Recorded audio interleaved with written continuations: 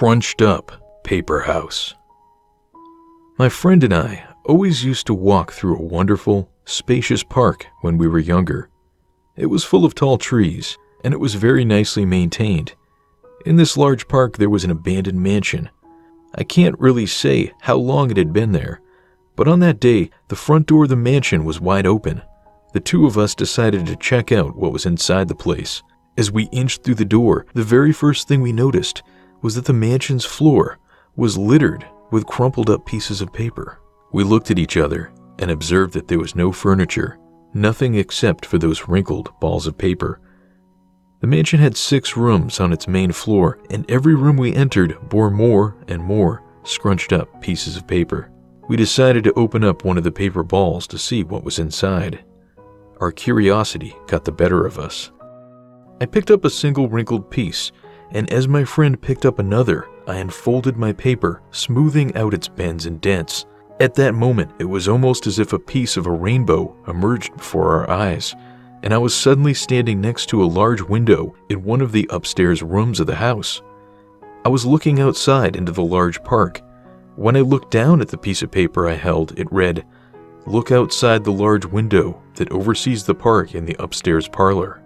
I dropped the piece of paper, and it fluttered gracefully to the ground. Meanwhile, I stared at my open hands in a bout of horror. Dazed and utterly perplexed, I found my way downstairs and met up with my friend.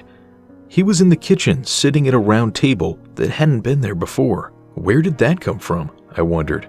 My friend stared at his opened paper and reread the words several times before he looked at me and turned the page my way.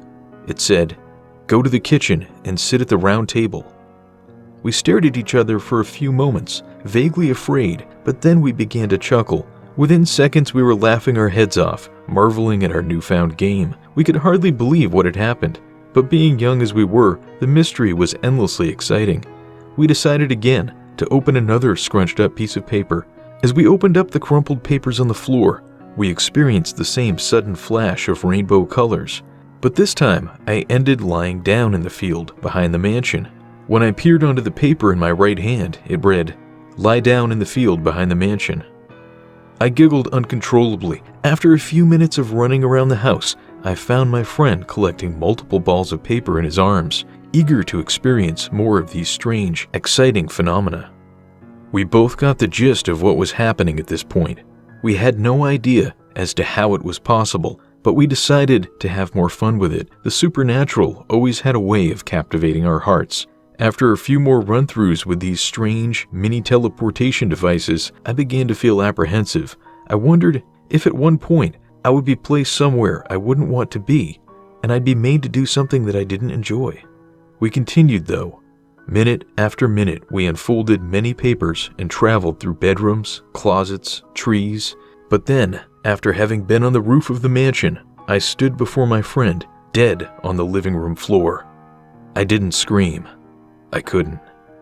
"Murder him," I read on my crumpled page, as I felt a surge of vomit and bile rising into my throat.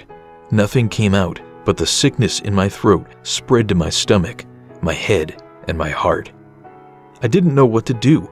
At this point, I began to scream and shout, praying to God for this to be a nightmare. I wanted it to go away. I wanted to rewind our day and be outside again, together, walking underneath the trees. All I could do was hide his body in a cupboard.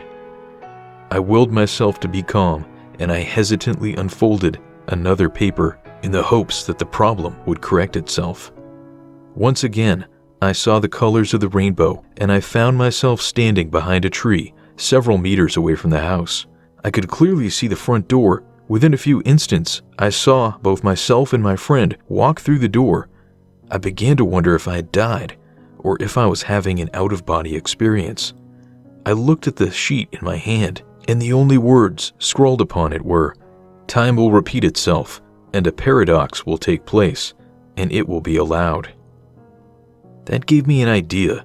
In my pocket remained the paper that made me kill my friend. Without looking at it, I crumpled it back up quietly. I followed my other self, who had separated from my friend as he explored the rooms of the house. As I crept behind him, he turned around very suddenly. Before he could utter a syllable, I forced the paper in front of my eyes and in a flash of rainbow colors, I was able to kill my other self.